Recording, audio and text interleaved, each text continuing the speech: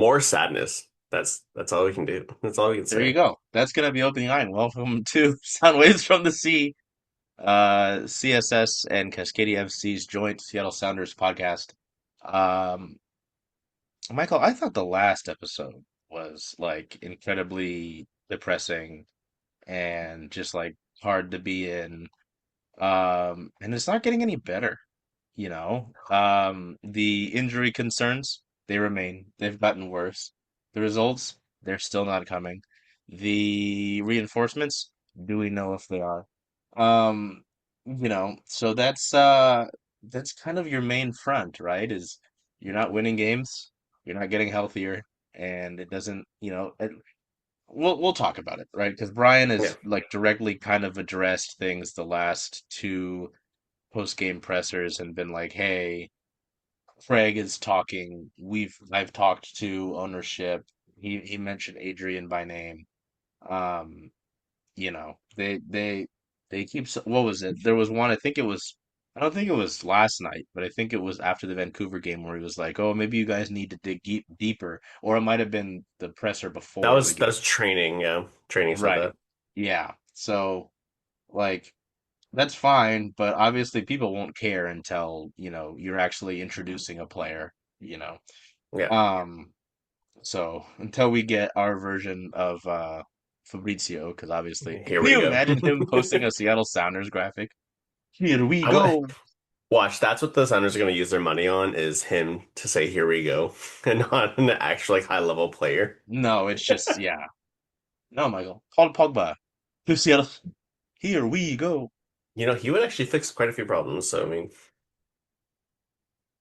I would admittedly want a Pogba Sounders kit. Like, come on now. I don't even know what we get into first. I guess we can get into the results. It's like what do you want to which negative thing do you want to look at first?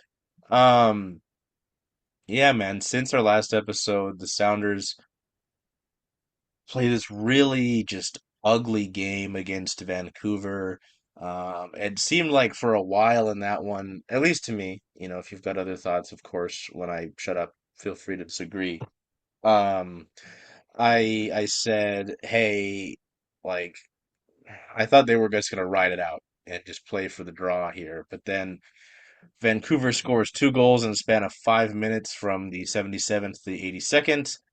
Things just kind of completely melt down, and it ends in the Whitecaps celebrating Cascadia Cup on your field, which is again, embarrassing, right? And then the Austin match last night. If I got this correct, Michael, Austin had not won on the road this year. yep, They'd not a gotten a single couple win on the road. draws. Yeah. I mean, couple draws on the road, had not won. Eight losses. I think there were eight losses, three draws. Um, you know, and Abysmal. you lose. You lose. Yeah. Like you go there. No, you playing here at home, you lose. Again, just looked terribly just jointed. Um, you know, did not get real at least to me, and I talked with this with our friend Masvita on his post game show. It's like they would I like to use this because it's how it works in my brain, but they start to get into these like dangerous positions, like where a final ball in could really be the difference between a goal and not, right? And there's no final ball, there's no real final touch, there's no clinical play. It just looked disjointed, Mhm. um, which is not good, which is what we've been seeing for a while. It's like they were putting themselves in some decent positions. I also thought it was funny that I was talking about the Austin goalkeeper in this one, Damian Lass, who 24. I don't know if this is true, but someone was saying this was his MLS debut. I don't know if that's true. Um, I want to say yes. He's been like he's got an interesting career. He was with Fulham back in late 21 to January 2022. Spent some time with Austin. No, I do not think actually this Austin. was his MLS debut. Someone's lying to me because I'm looking at these numbers and um Oh yeah, no, no. no, this is his MLS debut. He's been on the bench in every game. His Oh, I'm other looking game at was FC against two. was an Open Cup game against Louisville City. Got it. yeah, well, and then he was loaned to Louisville City. Hmm. Um, and so we've seen him before in that regard, but he looked great. I mean, he made some great saves. It seemed like anytime the Sounders actually got into a decent position that he came up pretty big, which even made it even more frustrating. And his Um, positioning for never playing a single like league game or first team game was really impressive. I was like, what the hell? how fun is Only that, only the Sounders would let a debutant have such a good game. right? Like this is a game, all things considered, like you effectively, I think the folks at Center at Heart had it where it was like the Sounders playoff odds were basically at 50. And so like this match was like, hey, like right the ship and you get 19 shots, 7 on target, 22 touches in the opposing box. You play bad and their goalie when you actually maybe put anything decent on net plays great. Like how lovely is that? It just shows how terrible things are. This giant cloud that hangs around the Sounders right now. Yeah, I thought they looked disjointed. I mean, Stu Hawkins with a pretty nice header. Um, Scores in the 90th. But I mean, it didn't really matter at that point because Facundo Torres had scored in the 66th. There was this wild goal in the 87th that made it a two-goal cushion for Austin. And yeah, This guy even went downhill from there. oh, absolutely. I know, Michael, you were at the Vancouver game with us. Just what did you see from these two that maybe I didn't see or that sticks out to you really? Because I mean, it's I hate saying this because it'll piss people off. In a vacuum, that result against, excuse me, a Vancouver team that was until what, last night, because I see that Houston's overtaken them in the West, Hmm. which is incredibly crazy. Sorry for the voice crack. Incredible to see. I didn't really ever think that I'd look at Houston and see them atop the West, but here we are. I think anybody Um, did, to be honest. no, their form is crazy. Uh, yeah, like Vancouver's been pretty solid the last couple of years. I didn't, again, in a vacuum, sure. But then an Mhm. Austin team that's sitting near the bottom of the league as a whole, and then it hadn't won a road game. I mean, yeah, I have other things to say, but I don't want to be the one that, just sits here and only talks. And that's fine. I mean, in the what Vancouver game, obviously knew who's getting a lot of flack for it, and like it sucks. I mean, to be fair, he was at blame, especially for the second goal. The first goal, yeah, he kept him on side, but also like I've seen a lot of discourse about it. Yes, he kept the player on side, but also like Jackson Reagan stepped late and misses the tackle. Alex Rodon misses the initial tackle on the counterattack. Like there's so many more players to blame up the pitch as opposed to blaming just Nuhu for that. Second goal, yes, 100%. That was like 70-30 Nuhu and Andrew Thomas. But I mean, for the most part, I mean, I agree with you. Like you said, they were playing for the draw, and that was okay considering the current form of the team. And I mean, Vancouver are an MLS Cup contender, and to only lose 2-0 against a team that wasn't really that rotated, and while your team is missing plenty of players, and you lose another one in that game anyway, but then like I said, it's in a vacuum, but like it wasn't a horrible result. It just sucks that you're in the middle of a seven at that point 7 league losing streak. So Yeah, like I I mean, mean, you I lose mean the they weren't creating anything, and that's the biggest no. problem. And you're relying on your DP number 10 to try and do anything, but we've been we've both been Albert Rusnak apologists for a very long time.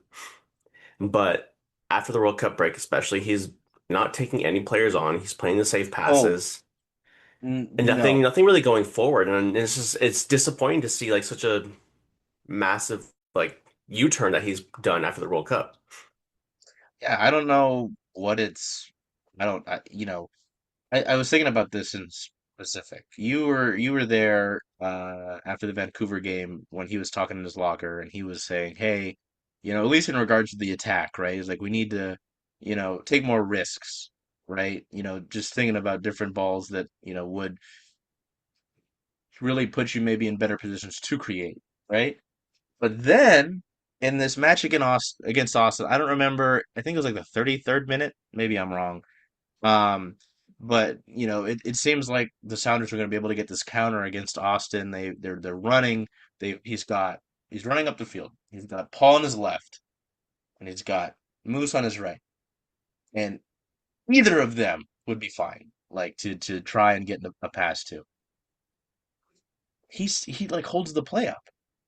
I'm Hmm. like, hey man, you just talked about wanting to, excuse me, wanting to, not wanting to, but needing to take more risks. And I mean, I feel like, I don't know if that's the best way to put it, but there's a risk right there, and you hold the fucking You play. refuse it. Yeah. And I Right. mean, and again, the same thing in the Vancouver game. There are four times specifically Ocean pointing this out, and also I rewatched the Vancouver game and I watched the Austin game this morning. But there are four times specifically, actually five that I counted, that Danny Wisowski was about to make a run in behind, or he was kind of hanging along the back line, kind of waiting for a pass to come through.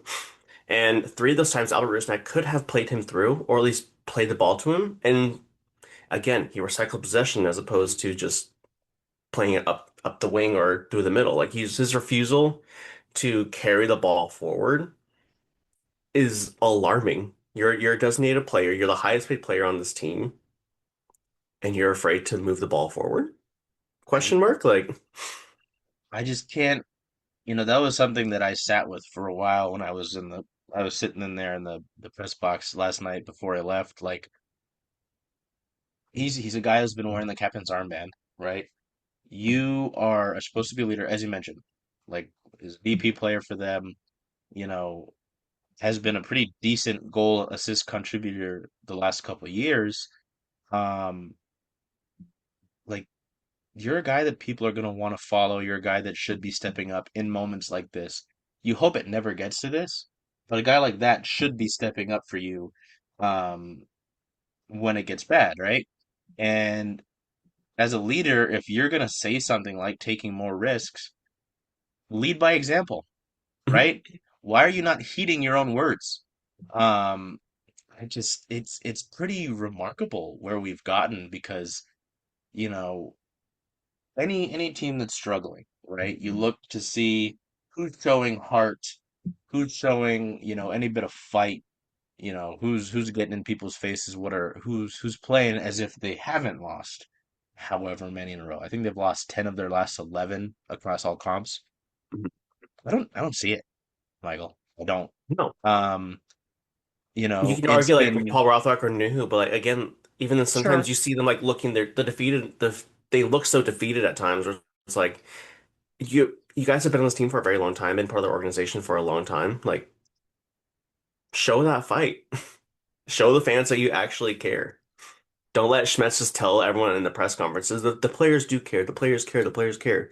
If you have to reiterate that so many times, then I feel like players are starting to not care.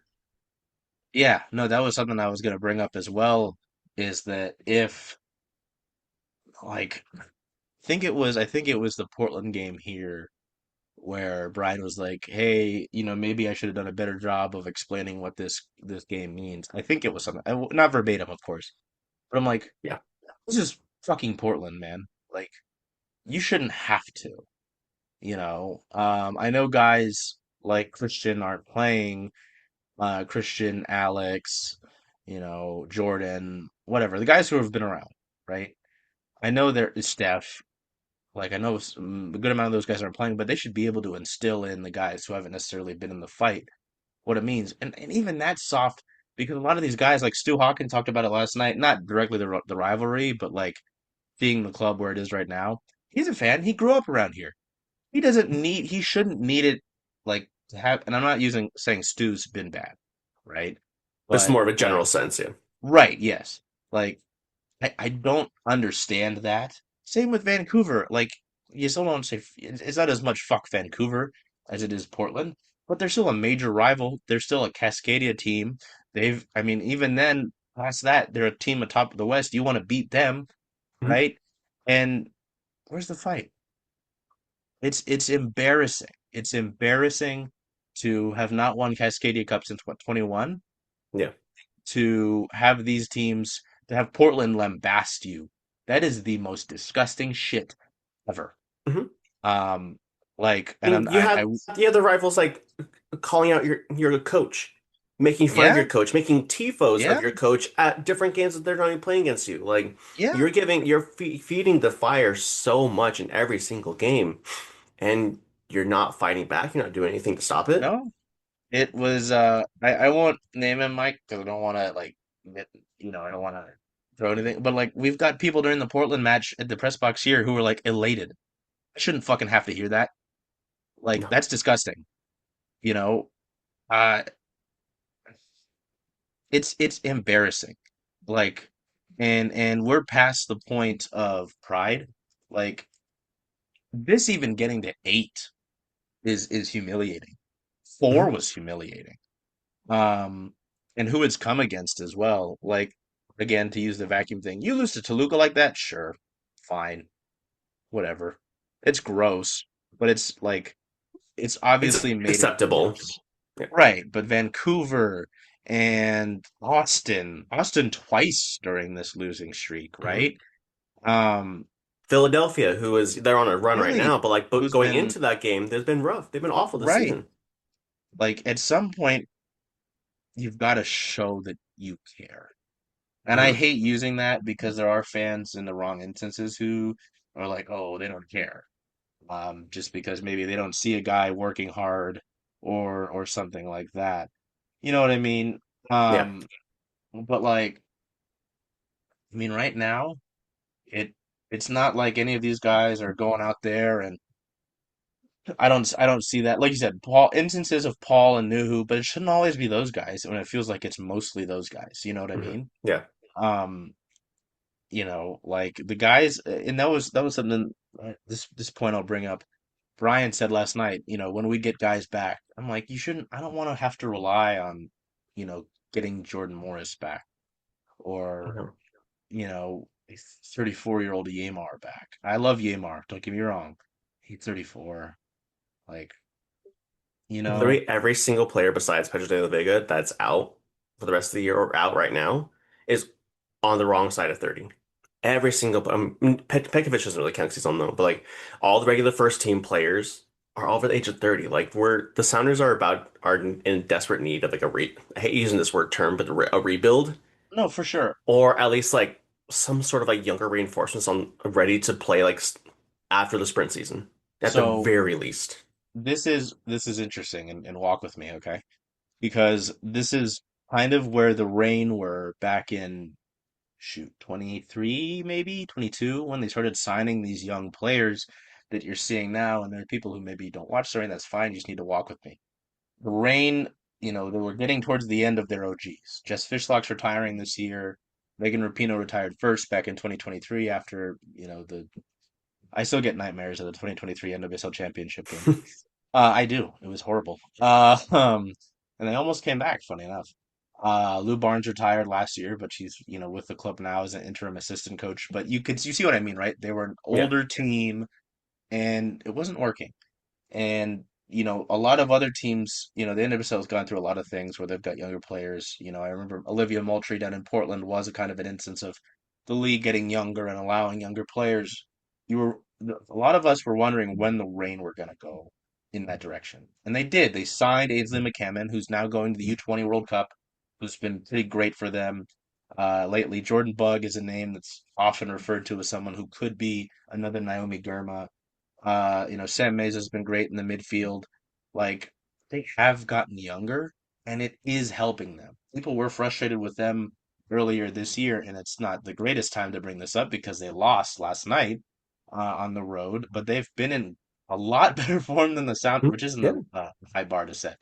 I know. Since the But World compared to the Cup start of start. the season, like I mean, it feels like a turnaround at times Oh, it when you're is watching the play on the 100%. field. Like, Like, and they finally made a first team signing the other day. Do I know much about it? No. But it is a signing. And it's so fascinating to me to see a club. I always used to be able to say, oh well, oh, I don't have anything of them. Oh well, the Sounders, they're gonna be consistent, they're gonna win games. Like I can count on them. Oh yeah, they're fine. Uh like with the Reina, it was just kind of always like they were trying to figure it out and they were looking for that consistency. And now it feels like it has flipped, which on one hand, I'm happy for the Rain. On the other, it's like it's just wild to think about. Yeah, you'd love for them to get younger, at least start seeing room for these players to grow. Because those players I mentioned, it took a couple years for them. We didn't see them featured, or maybe they made some mistakes, but now they're showing up. Like we've talked so much, not so much, but we talked in the last year and a half or so, right, about like the U22 spot. It would be great to have somebody there, like at Really, least anybody? cooking, right? Like just have someone on the back burner or have someone that is kind of in the lab growing, but you don't, do you? No. Like to Brian's point after the Vancouver match, Mark Bronick seems great. I'd love to have him around at least to just give me something different, especially since Jesus is probably done for the year, which we'll get to. Hmm. But you need more than that. Um, So I don't know, Michael. My point is, and I was thinking about this right before I sat down to record with you, is that at some point you want to see people give a shit. You want to see people again. I'm not saying that those guys don't care, but like you need someone to lead the charge, to just like put their foot down and say this is enough. And to use a baseball term, be a stopper. In baseball, if there's a pitcher who, when you're in the bag streak, when he comes out, lights it up, and he stops it. You need that. And I don't know who that is right now. I don't. Is No. Christian maybe coming back for the Cincinnati game? And I say maybe because Brian, after the Austin game, said, "Oh well, we don't want to rush him back quick and injure him again," which is a fair point. Hmm.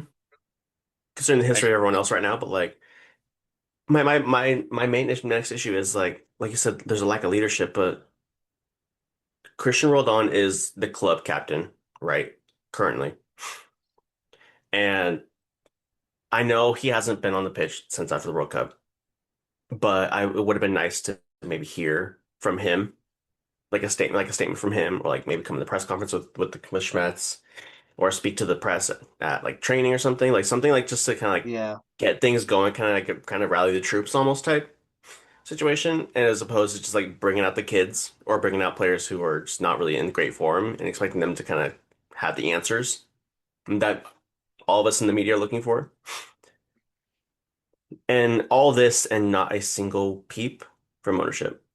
nope, I know yeah, it's their I no, know they don't necessarily have to, but sure, the Sounders in the past have been very transparent. They've been very open to talking with media, talking with fans, and letting the fans know what's going on.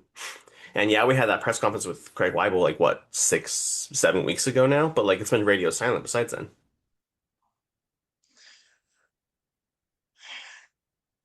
yeah, no. I mean, it's interesting too, like keeping sort of a like a thumb on the pulse of things because I look at a lot of what's being posted, you know. Um and it's just interesting. Like you said, there's no Adrian, it's not gonna be Hugh anymore because he's not here. Hmm. Um Coming out and saying, "Hey, like we hear you. We are work." You don't need to say, "Hey, we're gonna sign so and so from so and so," but what's the harm in saying we're working on bringing in reinforcements. Hmm. Why is Just and any this transparency, like. right? It puts Brian in a tough light because he's having to answer this fucking shit every game. And I'm not ragging on the media members for it, but it's also we have nowhere else to go. Yeah. We can't request the GM. That's not a thing we can do. Maybe if enough of us ask, but even then, that's not a guarantee. Um, yeah, you're wheeling Brian out there to answer these questions, and I know Brian's sick of it, and he's frustrated with it too. Like, what was it after the Vancouver game with the Bronick answer? He's basically like, "Hey, he's a good kid. He's not gonna be what solves this problem, Mhm. right?" I was so Um, glad that he said that too, by the way. Like that was such a damning statement from him. I was like, hell yeah, let's fucking go. Like finally we get something from him along that lines, like, hey, front office, give me something. Like, and then yes, they said they're working on stuff, whatever else, but like it's fine. It's nice to finally have Schmetz saying what we've all been thinking. yeah, no, I mean, and he did so too without, throwing anybody under the bus. Hmm. You know, it was just, "Hey, I'm gonna take what you're asking me here and kind of be able to use it too." without directly doing so, answer your question. Um, yeah, no, at first I was like, damn, what do you say fuck Mark Bronick for? But, it was kind of fun to realize that, yeah, no, it's hard to, hear it keep being asked, hey, what do you say to the fans? Whatever regarding, the lack of signings, because if I bet if Brian could control that directly, we wouldn't be talking about it, and it would, Mhm. you know, We would have had a I don't know. signing maybe 38 days ago when the window opened. Instead of now It's we're sitting just in the last week and a half of the window being open, and trying to scramble. And yeah, man, that's just my point, is that, like you said, like, oh, sorry, that's what it was. Is, you talk about, the front office being holding themselves to a higher standard. We always talk about, the Sounders standard and what it is about competing for trophies so often, and you know, Sounders earned this tab from the rest of the league is insufferable, right? And it was because of how good you were, how Mhm. consistent you were. They're not that across the board at all anymore. No. Um, and just seeing the fans, there are fans who want to reallocate tickets or so on and so forth, or talking about their season tickets, and they can't even get to their reps. They're not hearing back from their season ticket reps. And that's just, I mean, wow. It's Like, there used to unacceptable at be, that point. oh yeah, no, I mean, it's just, that's bad business. Um, it's just incredible how negative things are, and I really can't tell you what the positives are. I I mean, don't, yeah, there's there's nothing, and you don't want to be that guy that's searching for it, but even just for the sake of argument right now, Mike, I can't tell you. Stu I can't Hawkins what scoring a I mean. goal? I mean, it's just Baby Boy Stu is the only positive, semi-positive right now. Like, and even then, he's still not getting playing time. He's getting benched for a 37-year-old Yeah, Kim I did. Keehee Oh, and yeah. for a right wing back Alex Roldan. Like, I don't. I mean, I don't want to say that this run is on Schmetz because obviously Schmetz is only working with what we can get, right? Um, but there is some blame. I feel like he's not utilizing Sure. personnel 100%. I mean, obviously, like the topic is the front office, right? But like this run of form is just there's so many factors that go into it, and it's just I don't see a way out. Yeah. And No, I think I don't blame fans for reallocating their tickets or like not no, renewing or anything. Like it's just you can't blame them. I mean, vibes are bad, it, man. it's terrible. Yeah. No. Like, I think that's a good point to bring up too. I don't think it's a fireable offense. It obviously doesn't look great, and then people would counter by saying, "Hey, what is fireable?" But I think you do have to consider the other circumstances. Um, but yes, I don't think he's blameless either. Because yeah, I like, unless Stu is dealing with something, I don't understand that decision. With Kim, you know, he said that they did kind of try. He talked about it. I'm not the greatest tactics guy in the world, but he did mention them trying to mix up the formation. But after the Vancouver game, he said, "Hey, maybe everything's on the table," and they didn't really. I know changing a formation can be a big ordeal, right? But at least how it was presented when the game started, at least that we see, right, didn't look that different to me. I don't. I mean, yeah. I saw the post match presser comments where he's like, "Yeah, we tried a four diamond two," and I'm like, "Is a diamond in the room with us?" Like it looked like the same exact system as we've seen before. And I mean, Albert Rusek has been playing as that false nine or like that second striker role all season. Anyways, I mean, like I I fear Schmetz is just afraid to make that switch to actually trying something different. I think you have to, man. I I mean, mean, we talked about this with Maz after the Vancouver game, where it's like you don't have the right personnel to play these roles that you're wanting, or the ones that you did are gone now with Ryan Kent and George Manungu. So it's like, when do we see something change? yeah. I mean, you've lost 8 in a row. looking at this table here, you've got three teams ahead of you for the final playoff spot because obviously Portland's jumped you. The Galaxy are ahead of you now. Minnesota's ahead of you. If you want a bright spot, you have a game in hand against Minnesota and Portland, and two in hand against the Galaxy. But if you think about this as well, you currently have as many points as the third lowest team in the West, Michael, with San Diego with 24, and just four above Austin, who you just lost to for the second time this season. And also, you're the third lowest scoring team in the entire league. Uh, Just 2 goals above Sporting KC. Austin has. That's gross. Something has to change,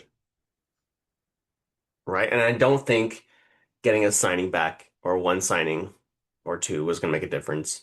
And I was listening to another MLS podcast the other day, and one of the pundits was saying, a very well-known pundit, one of them was saying that he thought the moment that Christian Roldan, Yeimar, and Jordan Morris come back, that the Sounders will be just fine. They'll make a playoff and they make a playoff run. And I'm like, where at any point What year is as this? yeah, like the latter two especially, like they neither of them have had any impact this season. Like Jordan Morris has been a non-factor and he's the other DP. Like if he's healthy, Yeah, like if, when he was healthy and I'd on love the for him to field. come back. I'd love for him to come back and start scoring goals, just like he did last year when he came back from injury. But like he wasn't doing anything leading up to the World Cup. Mm-mm, mm-mm. I mean, that's why we had that streak of number nines not scoring, right? Like, Yeah, yeah, everything man, just bad.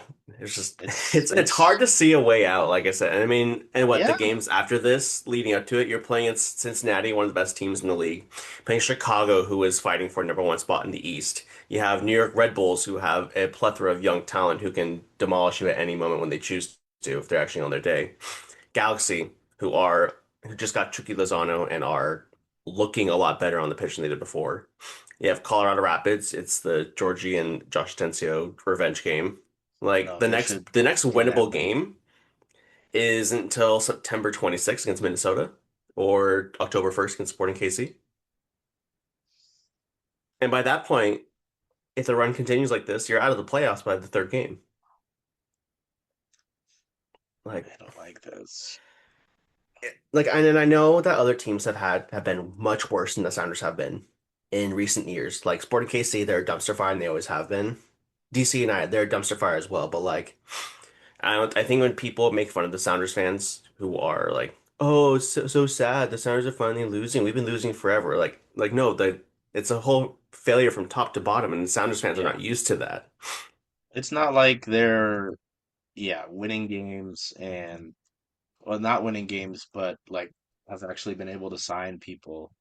Um, like there's just so much that's going wrong. Um, yeah, no, I'm kind of lost for words at this point. Because It's it's kind of hit me how bad it's gotten. You yeah, know, especially as we it's analyze it more, you're like, "Oh, yep. You well." keep talking about. Well, my friend, we still need to talk about injuries. So There's still more. let's yeah. One last Before thing we before we go even into that. My fear for after the window closes on September 2nd, when Craig Weibel comes out and the Sounders have not made a single signing in the summer window. When he comes out and says, "We tried all window," and if he says, "I'm tired" one more time after a window, I might lose my mind and I might actually call him out on it in the press conference.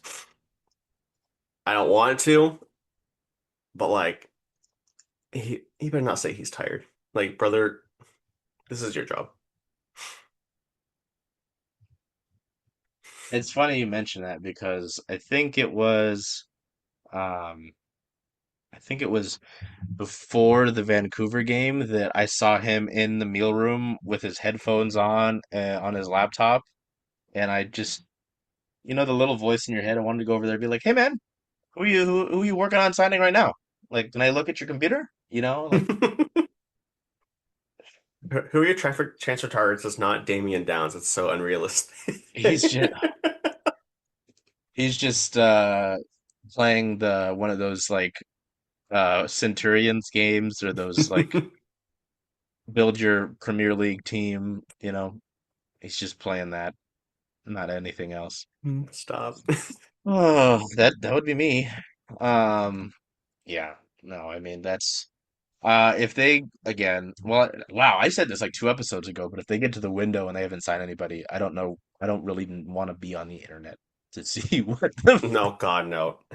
From um Sounders fans and like those MLS like talking heads, like the aggregator accounts, they're gonna have a field day. they already are. I Like, mean, yeah. well, to talk about injuries now. Yay. Before we get to yeah, the upcoming schedule, because man, eee, uh goodness. So yeah, we recorded the last episode like a couple hours or like a day before the news came out that Pedro's out for the season. We had already kind of speculated it would be great. But yeah, in that Querétaro match, Pedro plays less than 10 minutes, goes down on a challenge for a ball, and will quote unquote probably be out for the rest of 2026. He had missed essentially all of the year after rehabbing from a broken kneecap he suffered in the regular season finale last year. Um, comes in, the Sounders are well in control of that game. Thought, hey, they've been having him ready for weeks, you'd think. I heard like all these great posts from friend of the show, Nico Moreno, who hasn't been on the show, who did say I joked with him. I said, I think you were there. Yeah, he said I'm ready anytime, so Shoot we'll me we'll Nemo. We'll we'll get him work there. on We'll get that. him on eventually, yeah. Because you wish it wasn't right now, right? When these games are all terrible. But from the folks who were training, they were saying, "Hey, he looks great." They've been saying that for like a month. So I thought it'd be fine to get him in, and then um, there was initial hope that it wouldn't be too serious, but obviously that's not the case. It's too late for the Sounders to get salary budget relief, so they can't like slap him on the season-ending injury list and get help in that regard. That would have needed to happen, Michael, for the summer transfer window. Obviously, that's not happening. Um, so I feel like that's they really should have tough. done that, but Yeah. That's really rough. So you're without him for the rest of the year, and we've already kind of touched on it last episode about how hard that is for him. You've already talked about, hey, if they can like, extend that contract and then, essentially buy him out of the DP spot, right? That'd be great. Um, and then what it was it against Vancouver that yeah. Jesus got hurt? Yeah, you lose Jesus Ferreira. He went down, and you could just kind of tell from where we were that it wasn't good. Anytime a guy's like pretty visibly upset, especially like a veteran who probably has seen other guys go through it, it's not great. They're looking for a second opinion, which is never good. Um, I was having this conversation, Michael. When was the last time that, you know, they looked for a second opinion on something and then the guy came back like decently quick as opposed to, oh, great. Sorry, Mariners stuff is happening. Um, sure, dude. Wonderful. Um, you know, yeah, like But never. Like as soon as you no, ask for a second opinion, like you already know the answer. Like at that point, just accept it. yeah, it's um, excuse me. At training, Schmetzer said they were looking for a second opinion, but that, it's not a good one. And later in the evening, he does this weekly show with KGR where he said that he expected Fair to miss 8 to 10 weeks, which essentially rules him out for the rest of the regular season at least. And with the way that the things are going, it probably is the rest of the year as a Yeah. whole. Because playoffs, I mean, um, Even if you make it in, you're getting cooked. But like I looked it up after stretch was on there, and there'd be like what 3 games left in the regular season. And at that point, just based on like how everything else has been going for the Sounders players post recovery, like I doubt we see him again, even if yeah. he's recovered. So that's a big kick in the balls because really, correct me if I'm wrong, and if because it feels so long ago, the pre-World Cup, he played pretty decent. Like he wasn't Mhm. necessarily being super flashy, but I thought he'd been playing pretty decent ball. Yeah, he had the long flowy hair. He was getting to really good spots. His link up play was fantastic. Like I was ready to go all in, be like, you know what? Yeah, that's our next number 10. I'm excited. And here we are now. Of I'm not non-contact having injury on the goddamn turf. I'm not having fun anymore, Michael. No, it's what the fifth hamstring injury to the season? I'm not having fun anymore. Straight up So not having a good yeah, time. and there's your Craig Weibel post. I'm tired. I'm Okay. I'm no. tired. Yeah, man. Like, shit. So, um, yeah. I mean, oh, oh yeah, the Austin game. That's right, because this we weren't Yesterday. done with just those two. Because Jackson Reagan late into the first half goes down in the box in his own box. I didn't see a collision in real time. Uh, but he goes down and I hate to because I'm not a doctor. I am not. I'm not smart enough for that. But the way he went down, the way he looked like he was in pain, and the fact that they got the stretcher out said to me, he's done for the year. Yeah, And that was especially with the horrifying. luck that they've had. And then he gets up and he shoos off the stretcher and he walks off the field. And then he comes back into the game. Um, and like one of the first actions he has, Michael, what does he do? He goes for a header and he wins an aerial duel. Sure, man. Like, okay. Um, but he does come out later in the match, and Brian was super confusing with this because, like, he was like, "Oh, it's not serious. It was like a precaution," but then he was like, "Oh, he hyperextended his knee." I'm like, that's not insignificant, you know? No, Like, it's a pretty serious injury. Like, yeah, depending especially on the severity of the hyperextension, like that's even then, like I mean, I I just don't looked it up just because I've never hyperextended my knee, but I had two knee surgeries. Fun facts. But if it, depending on the grade, this all depends. Grade right. one, 2 to 4 weeks, right? Uh, Grade yeah. So two, that's 4 to 8, and then after that, it's like 3 to 9 months. Like it. I feel like you don't say stuff like a hyperextended knee, not expect people to start speculating. yeah. I mean, just given that, like you're saying you're saying, hey, like playing it off as if it's nothing. That's not nothing. Like, No. so factor in that and the fact that after the game, during the availability in the locker room, Danny Musovsky said that he was getting an MRI, Wait, did they say for what? just MRI that I saw. Um, that's When will it end? that's not nothing, man. You know? So it's my head. It hurts. You're it's just awful to see. Like Reagan has been obviously he's has mistakes this season, but like he's been a rock health wise for that's what 2 years now. Like he's been one of the few who has not been out with injury. And my fear is the moment we lose like a new who a Paul Rothrock, like they've all been playing so many minutes because there's obviously no one else on the roster. But like if this team ends up making the playoffs, they're gonna be so exhausted by that point. There's no point in playing. Like Yeah, I don't. It seemed like, so often like Reagan would be healthy, but Yamar wouldn't, and we'd keep kind of waiting to see the Reagan Yamar pairing on a consistent basis. Am I right on that? Like, mhm. Yeah. yeah. So that, and I wasn't done there, unfortunately. The fact that Brian mentioned, hey, Snyder came in at half because he was dealing with a knock. I'm like, oh my God, can we pitch no breaks? Like, at a certain point, you just wonder if this is truly. I did write that. I think you saw it in my post when Reagan went down. I was like, the season from hell continues. Because it truly looked like he had torn something and he was done.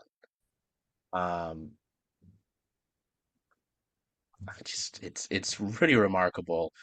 Like the World Cup, the Men's World Cup being here was supposed to be this big celebration of soccer here. You know, we had the barge. Um, things were pretty solid in the months before the World Cup. Like there's a little stretch where they lost what to the Galaxy and LAFC. So it wasn't all sunshine and rainbows right before the World Cup. It was not. Um, but it's just remarkable to see how things have gone this year, So quickly. you know? So, um, yeah, man, let's finish this out. Let's finish strong, okay? Um, so yeah, you touched on it a little bit earlier, my friend, but we look ahead and it does not get easier at all.